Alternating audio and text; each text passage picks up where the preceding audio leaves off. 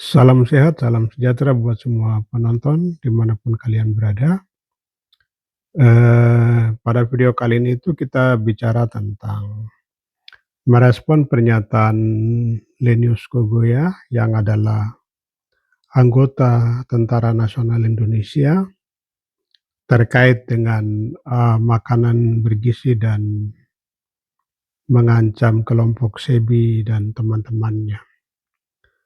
Nah, teman-teman, sebelum kita mendalami bagian ini, teman-teman bisa ikuti dulu videonya, video dari pernyataan Pak Lenius, video singkatnya, supaya kita bisa mendalami dari pernyataan seorang Lenius Kogoya, anggota TNI tersebut.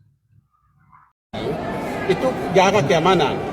Jangan sampai masuk isu-isu yang seperti makanan ini racun lah, genosida lah. Jangan masuk di situ. Ini pikiran penafsiran manusia yang tidak jelas. Ya, orang sesat itu namanya. Siapa itu berita seperti Sambo itu? Itu tidak boleh lagi, tidak boleh kedua kali segmen itu lagi. Kalau dia segmen lagi, bukan masyarakat atau bukan apa yang tadi. Leni saya tadi dia saya tangkap dia hidup-hidup. Lebih stop bicara itu, ya, saya tegas, stop. Gak boleh isu karena anak-anak ini butuh belajar, anak ini butuh gizi. Saya ini ya, walaupun master, saya di kampung saya itu tidak ada yang guru bahasa Inggris. Akhirnya sekarang saya bodoh bahasa Inggris. Saya tidak mau yang saya bodoh seperti saya. Adik-adik saya harus bahasa Inggris, harus pintar, harus cerdas. Kenapa? Jangkauan saya nggak bisa, guru tidak bisa. Sekarang ini gizi juga tidak bisa, karena tidak boleh ada yang bodoh Papua. Anda harus pindah-pindah gitu. Terus yang kedua, masalah. Halo teman-teman, kita lanjut. Mungkin teman-teman tadi sudah mengikuti video singkat yang tadi. Mari kita dalami. Terkait dengan pernyataan Pak Lenius ini sebenarnya ada beberapa hal yang bisa kita kritisi. Yang pertama itu posisi Lenius. Nah, kalau dari segi misalnya pakaian yang digunakan, terus orang-orang di sekitar dia itu, Pak Lenius pakai pakaian Loren, tapi juga kemudian di sekitar dia itu banyak juga anggota TNI. Artinya bahwa Lenius bicara itu sebagai anggota TNI. Apalagi yang pertama itu Lenius itu diangkat menjadi anggota TNI. Yang kedua itu mendapatkan posisi penting di struktur militer Indonesia. Nah, dari posisi dia seperti begitu, maka apa yang dia sampaikan itu adalah bagian dari pernyataan anggota Tentara Nasional Indonesia. Nah, kalau dia sebagai anggota Tentara Nasional Indonesia, itu kita juga harus lihat bahwa aktor penjahat kemanusiaan di tanah Papua itu selalu adalah aktor negara. Dalam teori hak asasi manusia itu juga menyebutkan hal yang sama. Nah, itu juga kita bisa lihat dengan fakta yang terjadi di tanah Papua. Memberikan gambaran bahwa karena itu aktor negara, Lenius itu kemudian memposisikan diri sebagai aktor negara. Nah, aktor negara dalam istilah yang kita kenal dengan Tentara Nasional Indonesia itu kan sebenarnya itu adalah aktor penjahat kemanusiaan di tanah Papua. Nah, itu dulu kita harus lihat posisi dia, sehingga apa yang disampaikan Lenius itu sendiri bisa juga atas perintah orang di atasnya, atau bisa juga atas inisiatif dia hanya supaya mendapatkan penghormatan atau apa istilah segala macam dari atasan, dan seakan-akan kemudian dia dilihat sebagai orang yang patriotik dan nasionalis Indonesia. Itu posisi Lenius. Nah, kalau kita bicara sekarang ini kan bisa bicara soal makanan bergizi. Nah, Lenius kan bicara dalam video itu bahwa anak-anak ini butuh makanan bergizi. Nah, baik si Sambo atau semua anak aktivis atau semua orang yang mengkritisi makanan bergizi ini, mereka tidak bilang bahwa anak-anak Papua ini tidak butuh makanan bergizi. Mereka tidak bilang begitu. Tapi orang-orang mengkritisi bahwa kebijakan negara terhadap makanan bergizi itu, kebijakan negara terkait dengan makanan bergizi di Papua itu justru dikhawatirkan akan menjadi ancaman serius bagi keberlangsungan hidup orang-orang Papua atau generasi Papua, dan itu juga akan turut serta dalam merusak itu kemampuan atau perkembangan otak daripada anak-anak Papua. Nah, kenapa itu sampai kemudian bisa disimpulkan atau bisa diduga seperti begitu? Kesimpulan sementaranya seperti begitu karena ada cara kita bisa melihat atau cara kita mengukur.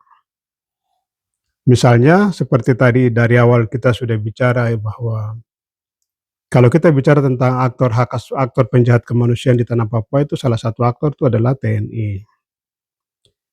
Sehingga misalnya kalau itu aktornya TNI, mestinya itu kan TNI tidak boleh terlibat di dalam hal-hal yang berhubungan dengan korban dan pemberian makanan kepada korban atau suplai makanan bergizi kepada korban, karena itu akan memberikan dalam tanda kutip itu tidak hanya traumatik ya, tapi itu juga bisa berdampak kepada adanya faktor dugaan X lain yang mestinya itu secara rasional tuh kita bisa duga bahwa ini adanya niat atau adanya menstrea.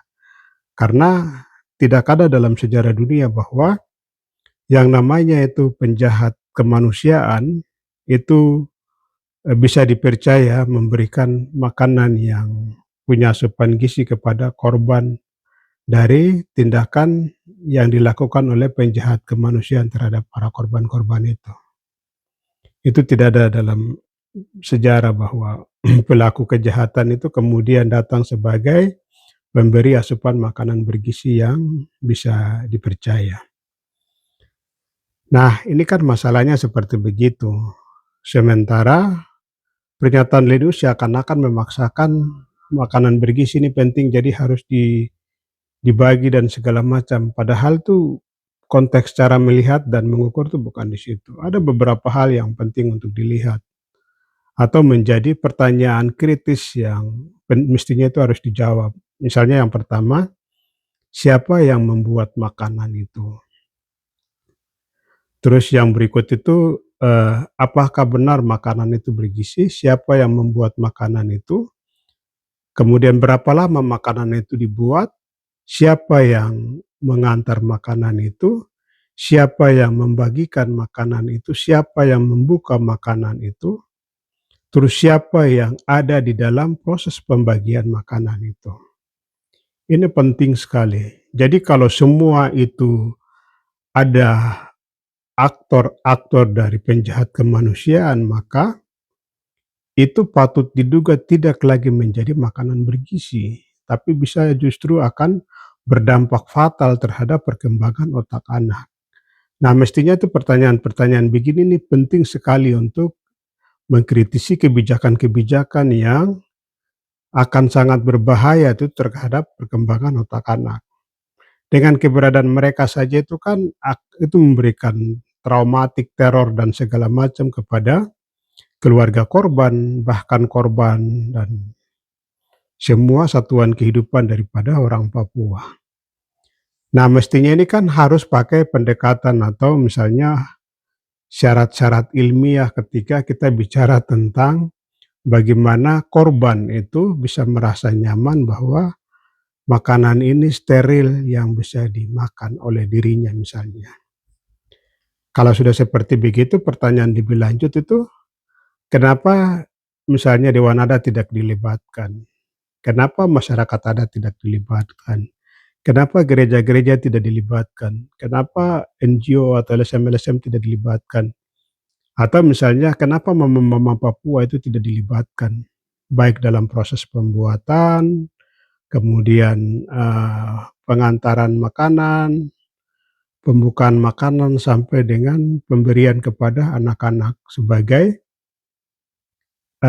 ruang yang penting ketika korban melihat bahwa oh iya, karena mereka itu adalah kelompok yang independen misalnya, atau mereka itu adalah bagian dari masyarakat korban, maka sudah dipastikan bahwa proses itu pasti aman dan akan sangat berguna bagi keberlangsungan dan perkembangan otak anak. Nah, mestinya ini kan kekhawatiran, berbagai macam pertanyaan-pertanyaan itu yang mestinya itu harus dijawab. Nah, bagian ini yang Lenius mungkin kurang mengerti, atau misalnya karena itu instruksi dari atas dan Lenius terpaksa harus melaksanakan perintah atasan mungkin, tapi bahwa ketika itu perintah atasan berarti atasan Lenius ini punya motif tertentu dan itu akan memberikan ancaman serius terhadap korban. Yang bagian ini yang kita harus kritisi. Yang berikut kan misalnya Lenius bilang bahwa dirinya tidak bisa berbahasa Inggris karena dulu itu tidak ada guru bahasa Inggris di tempat di mana dia tinggal, di pedalaman dan segala macam misalnya. Nah, kalau yang seperti ini kan tidak ada hubungan dengan makanan bergizi, tapi ini bagian dari desain negara, kejahatan negara, bagaimana mengisolir Papua, kemudian tidak mengedepankan pendekatan pendidikan atau pendekatan ekonomi, tapi lebih kepada pendekatan kejahatan hak asasi manusia, sehingga Papua itu dengan sengaja itu dibikin terisolir, tapi kemudian ada aspek lain yang dilakukan negara itu adalah pendudukan, pengurasan sumber daya alam, dan operasi militer. Ini kan sama saja dengan kebijakan yang sangat rasis, tapi juga ini bagian dari kebijakan apartheid negara yang sangat besar dan itu mengancam kehidupan dan keberlangsungan hidup orang Papua. Nah, ini ancaman serius ini. Nah, sehingga kita bisa lihat itu kan ketika negara justru lebih berfokus kepada pembangunan sentralistik, maka wilayah Pulau Jawa yang digenjot untuk mendapatkan pendidikan yang sangat luar biasa, guru-gurunya itu para pakar dan para profesional, atau misalnya guru-guru bahasa Inggris yang berhamburan dan segala macam, atau misalnya ekonomi yang digenjot segala macam, sehingga orang melihat bahwa seakan-akan di Pulau Jawa itu mereka adalah orang-orang yang sangat hebat dan sangat profesional, padahal itu bagian dari desain dan skenario negara yang tersentralistik.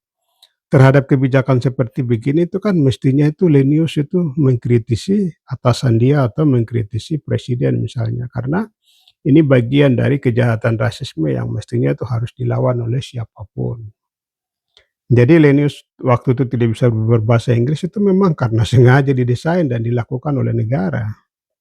Tidak ada hubungan dengan makanan bergizi. Karena orang yang makan makanan bergizi, bahkan waktu itu kan Lenius makan makanan bergizi. Misalnya Lenius makan sayur-sayuran yang luar biasa langsung, ada sayur-sayuran, terus kemudian ada kacang-kacangan, terus ada ternak dan segala macam, itu asupan gizinya besar dan banyak. Itu justru lebih keren dan fisik Lenius kan jadinya fisiknya sangat kuat misalnya. Itu karena asupan protein, asupan gizi semua itu terpenuhi di Lenius. Jadi sebenarnya itu dalam konteks posisi Lenius itu bukan masalah gizi atau masalah protein dan segala macam, tapi itu lebih kepada desain negara untuk menjauhkan pendidikan itu dari orang Papua. Dan ini sebenarnya itu kejahatan yang terstruktur dan tersistematis yang dibangun oleh negara. Nah, mestinya Lenius harus bisa bedakan konteks itu baik-baik. Karena Lenius hanya terjebak dalam desainnya orang lain. Jadi Lenius hanya dipakai sebagai topeng yang bisa dimainkan oleh aktor-aktor penjahat kemanusiaan, merekrut Lenius supaya Lenius itu juga dilihat sebagai bagian dari aktor penjahat kemanusiaan. Nah, ini juga berbahaya karena kalau Lenius berpikir dari misalnya dari posisinya sebagai tokoh adat atau misalnya dari masyarakat adat, itu Lenius akan melawan kebijakan negara, kebijakan pemerintah seperti itu, karena itu akan memberikan ancaman serius terhadap generasi bangsa Papua. Karena bagaimanapun seluruh orang Papua itu adalah korban dari kejahatan negara, dari pencaplokan, dari pengurasan sumber daya alam, dari operasi militer, dan berbagai macam kejahatan lain. Orang Papua itu secara umum itu adalah korban. Sehingga dalam perspektif korban itulah penting untuk didalami dan dikritisi lebih terukur. Yang berikut itu kan, yang terakhir ini kita bicara tentang pentingnya keselamatan generasi bangsa Papua. Karena kita bicara tentang pentingnya penyelamatan generasi bangsa Papua, maka pendekatan yang dilakukan itu juga mestinya itu harus terukur. Kemudian pendekatan dari segi aspek hak asasi manusia itu juga sangat penting, dari segi misalnya ilmiah itu juga sangat penting. Jadi itu semua harus dikolaborasi supaya setiap kebijakan itu kita sudah bisa tahu bahwa ada ruang untuk menyelamatkan generasi bangsa Papua.